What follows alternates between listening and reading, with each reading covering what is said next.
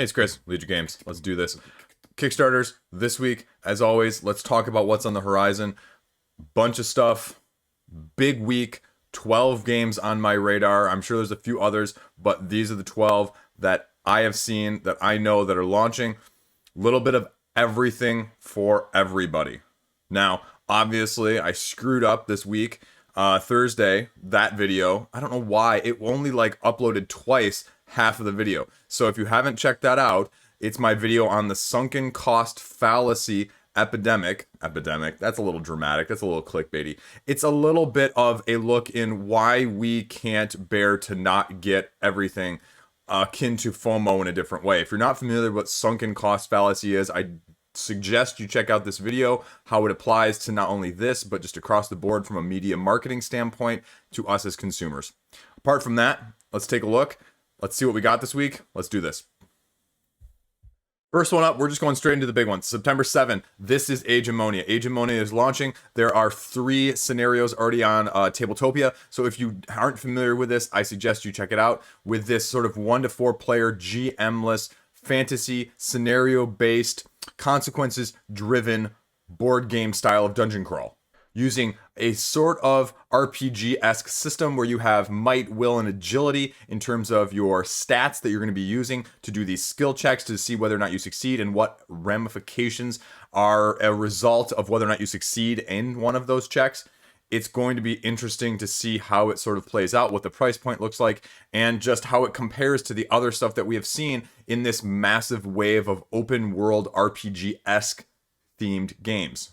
It is high fantasy. The designer has stated, this thing is heavily based on the RPG realm, the tabletop, D&D-esque theme world that he created over the past 20 years plus. And so it has a rich backstory, and so there's going to be a lot from that side of things. Also, the question is just going to be, what does it actually look like in terms of depth? Is it going to be more Soul Raiders, where there's chapters, where there's a couple chapters that you're getting? Or what is it going to look like? Is it going to look like more of a even Chronicles or Drunagor? So we'll have to kind of wait and see. There's not a lot of information on that side of things that I've seen, but I know there are some designer diaries as well if you're interested up on Board Game Geek. So that's going to be the biggest eyeball test for me on the September 7th. So check it out if you're interested.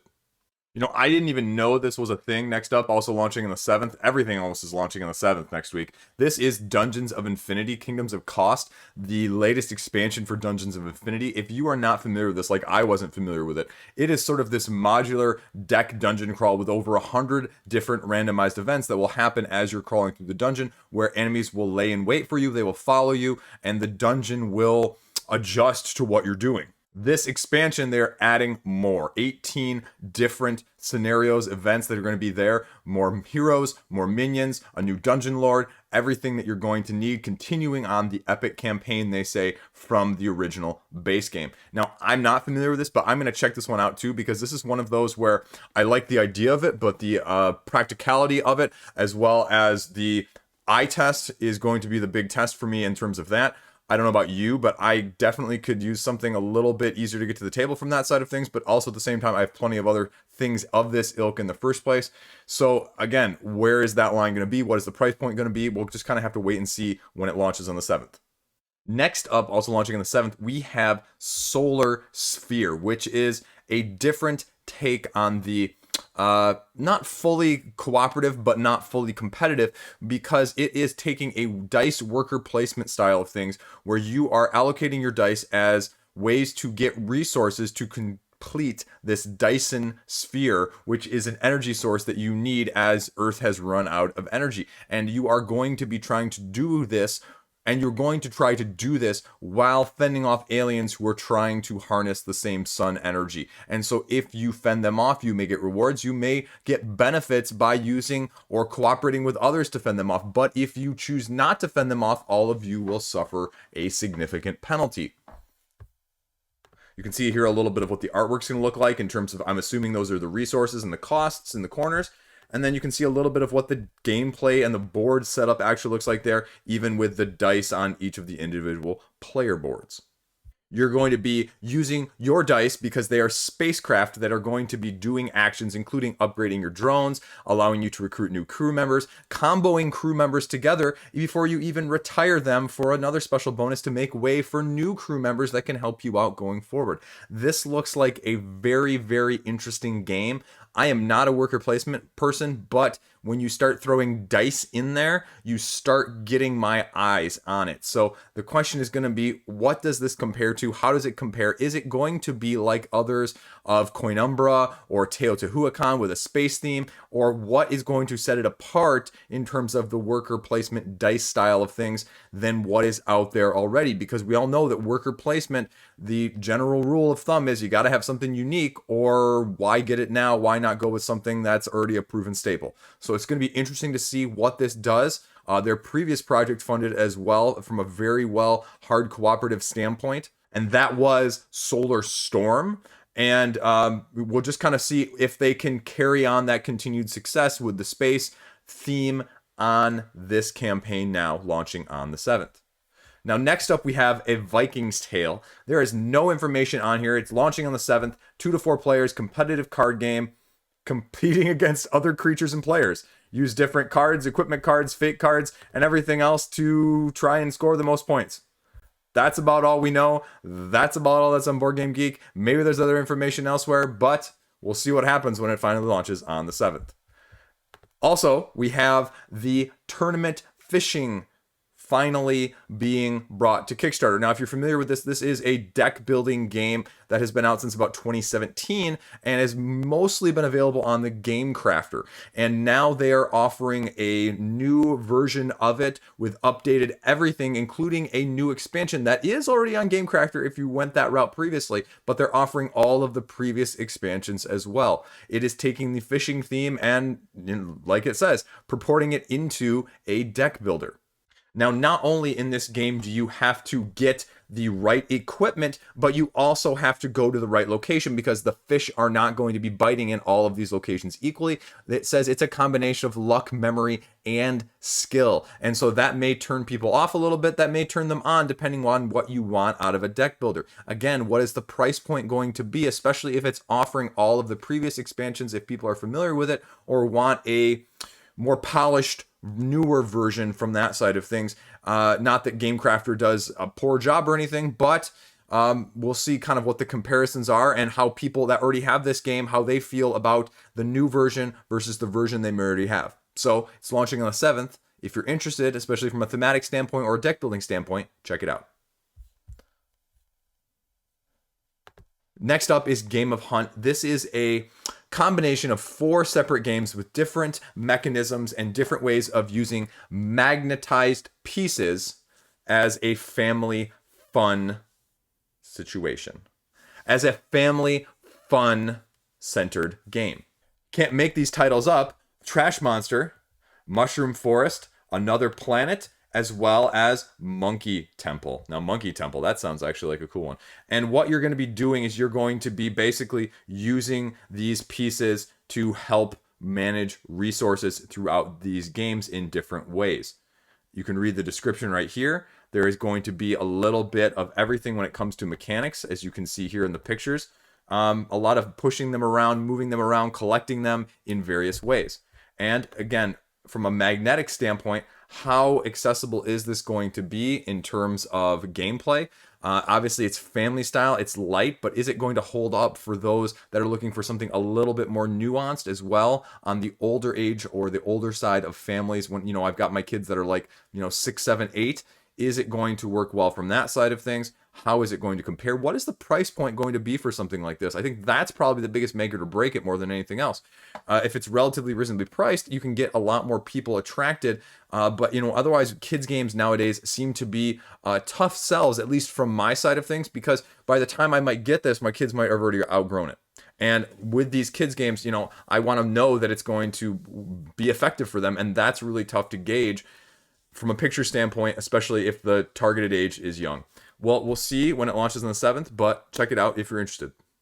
Next up, we're going to go straight into the other one that really has my eye this week, 11 Football Manager. I'm going to have a video coming out of this. I have a prototype copy, and I'm going to be trying to give you my thoughts on it when this launches as well on the 7th. And you can see as the big one this week launching on GameFound, this is taking more of the managerial role, running everything during the week or during the month or during the growth of a club, not just the actual game itself, but everything from trade windows to managing staff to everything else in between business wise. And it's going to be really interesting. There is, as you can see, starting cards for free if you're following already, so you want to get in on that. And then there's a little bit of information already on the page. Economic strategy being the key words here. You are growing your football club over the season. Over the season. You are playing a season, not just a game. And that's the big delineation here. So if you're looking for more of a dexterity, or if you're looking for more of, a tactical nature, this is strategy instead. So you just need to be aware of it from that side of things. And it tells you a little bit of what you're getting, how you're managing things. Like I said, planning match tactics, investing, climbing up the leagues, and there's even a solo mode that we see on there as well. That's all that's on the page. If you're really interested, I know that there's going to be a ton more information on here. The question is going to be, again, what does the price point look like? Are there going to be expansions? What does it look like from that aspect? Portal Games has run several very well-run campaigns in the past, including the most recent Robinson Crusoe. So we'll see what they have up their sleeve for us on the 7th when they launch. Next up is EOS Island of Angels. Now, another very interesting one from the worker placement side of things. I remember them reaching out to creators months ago, asking if people would be interested in, and this was one that I just remember because it really appealed to me from a thematic standpoint. So what you're doing in this exciting, thematically based worker placement game is for 2 to 5 players, you are hiring an asymmetric crew to go to this island to try and reawaken angels after originally the head captain has awoken one that gifted him with immortality, they say in mythos. And so you are going there trying to fend off demons that are trying to stop you and trying to just be the most successful in terms of waking them up and getting powers and points and everything that comes with that. So it's got a really interesting theme. You can see how it sort of looks on the board there, and we'll get a little bit closer up view of some of the artwork, and then you can see a little bit more of what you're going to be doing alongside here, some piles you're going to be drawing from, as well as the center map that we saw with several paths going to that center island to begin with. There's not a whole lot of other information on Board Game Geek. It's a combination of King Raccoon games and Gray Fox games. So I know people have had some concerns about Gray Fox's games previously, but we'll kind of see what this one entails. It looks like there may also be, some drafting in it as well in terms of how you're able to get resources or these cards or these angels or crew members or whatever. I don't know because there's not a whole lot of information out there, but as expected, if I was seeing it and, people were talking about it in terms of creation before, you're going to see a bunch of content when it launches on the 7th. Next up, we have Shasn, the expansion, the Azadi expansion, which ended up getting delayed from a couple weeks ago and is now also going to be launching on the 7th. This is a politically intrigue game where basically disasters and things happen of that ilk, and you are trying to use your political maneuverings and momentum to capture the most gains from those, whatever the course or whatever your whim or fancy tends to be. Whether you stay true to your values and ride that, or whether you shift with the winds and try to take advantage of whatever is coming out in that sense. It's an expansion to the base game that was launched a couple years ago. And in this version, you are revolutionaries trying to take over a country from a tyrannical dictator, trying to become the new leader.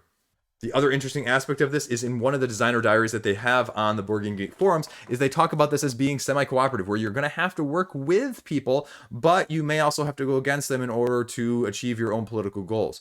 So I believe that this is a standalone expansion, so they may offer the base game as well. It's going to be interesting to see how they do that, as with all of these campaigns, whether you offer one or both or a smattering of in between. But if you're interested from a politically charged themed game, check this out when it launches on the 7th. Next up, we have the Artemis Odyssey, which is a reimplementation of an older game called Ad Astra. This is from Grand Gamers Guild as the follow-up many centuries later to the Artemis project. This is a little bit, in a sense, it sounds like action programming, but action programming that is going to be cumulative in the sense that there is a common shared board of what you are doing and trying to achieve, and you will benefit from other people's actions as you also try to predict what they are going to do to maximize your own efforts during that said planning. I mean, you're building starships, going across, establishing colonies as humankind is trying to spread its reaches further into the stars in this game. There is already an 18-minute how to play video on BoardGameGeek, but otherwise information on how this specifically differs from the reimplementation of Ad Astra, as well as what else you're going to see, is a little bit being held close to the vest at this point. So we'll kind of see. But this is another intriguing game as someone who is interested by the theme but doesn't know much about the original game. Is this going to be more appealing? What is the price point going to be? Grand Gamers Guild has put out a couple other recently very, respectably well thought of games. It's local to me. And so I'm going to be interested to watch and see what they have this time in store and how this compares and whether or not this is going to be up my taste. If it is for you as well, check it out when it launches on the 7th. Now, last up, we have Relics of Rajavihara.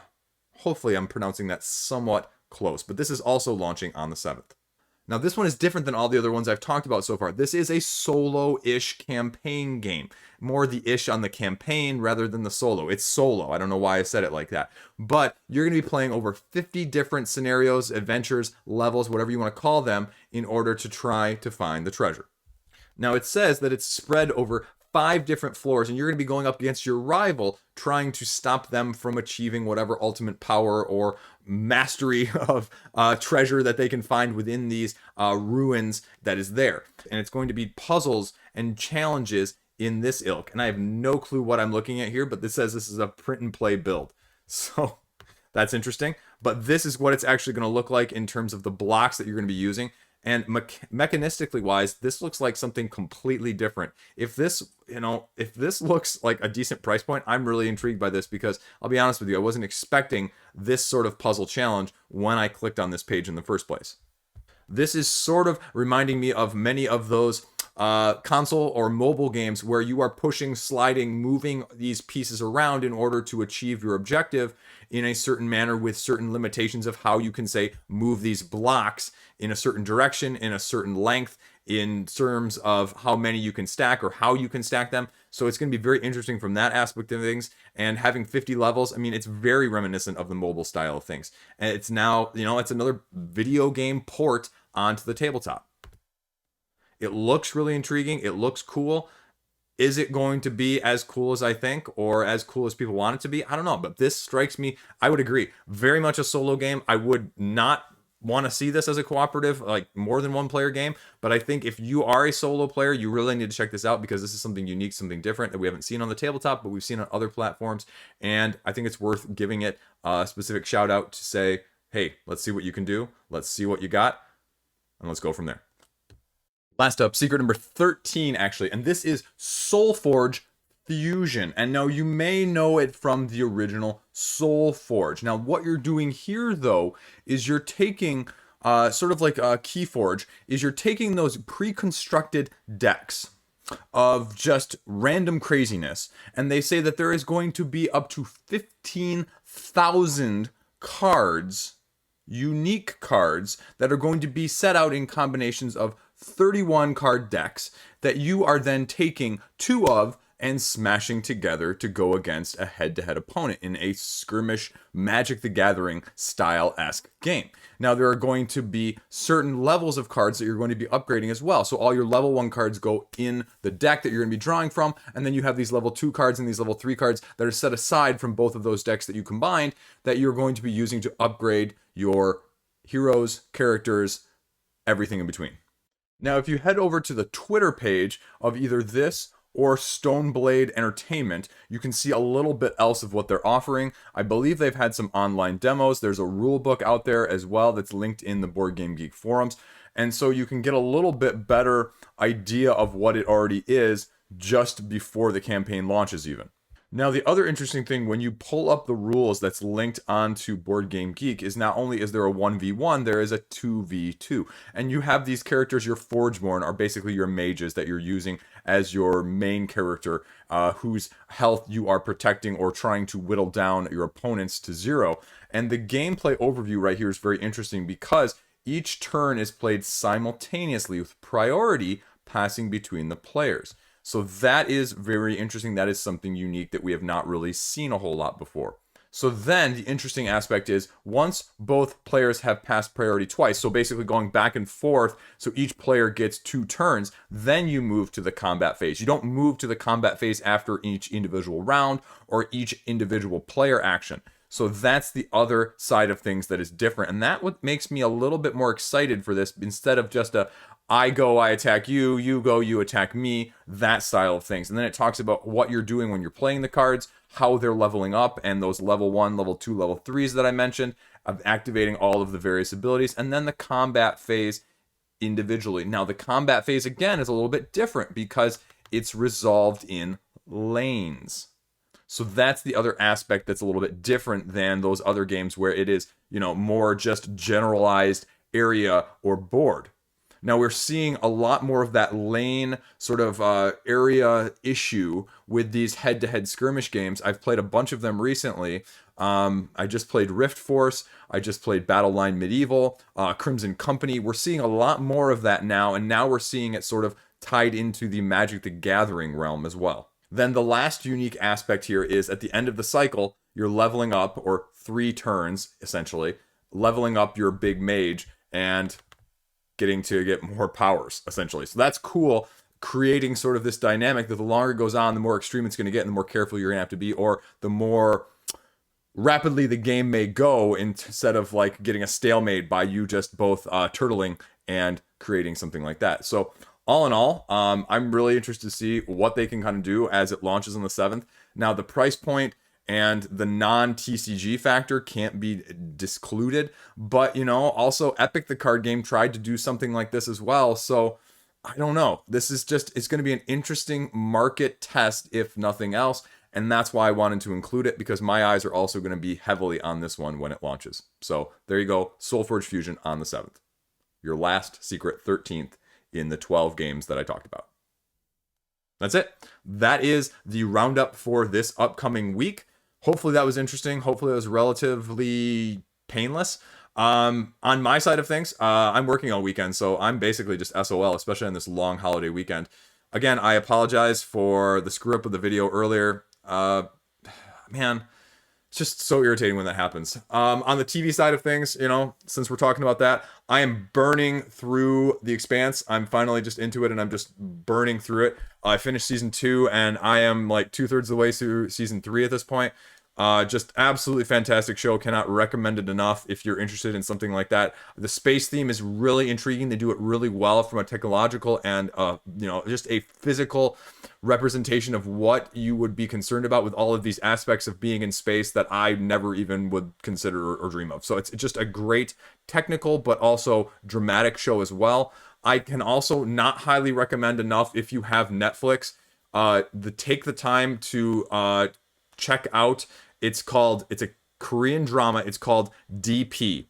D period P period. It is a Korean drama that is set in modern times that looks more on the psychological aspect of soldiers in the army, because Korea has a mandatory draft.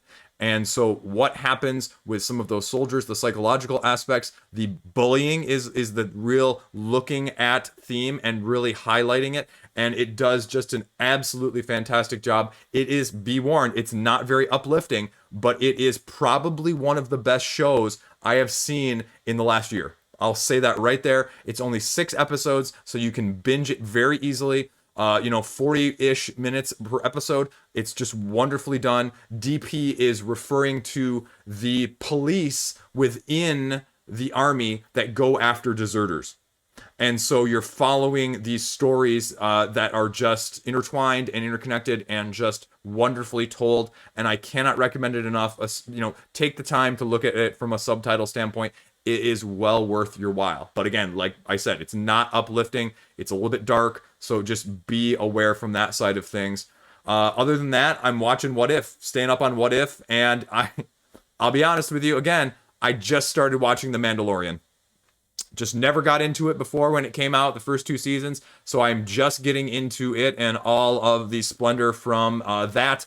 And it just makes you, again, think of from that side of things like, what if for, 1, 2, and 3 and 7, 8, and 9, taking that style of things and making it, more from a theatrical standpoint. So just speaking of what ifs, right? What if Star Wars? Thank you.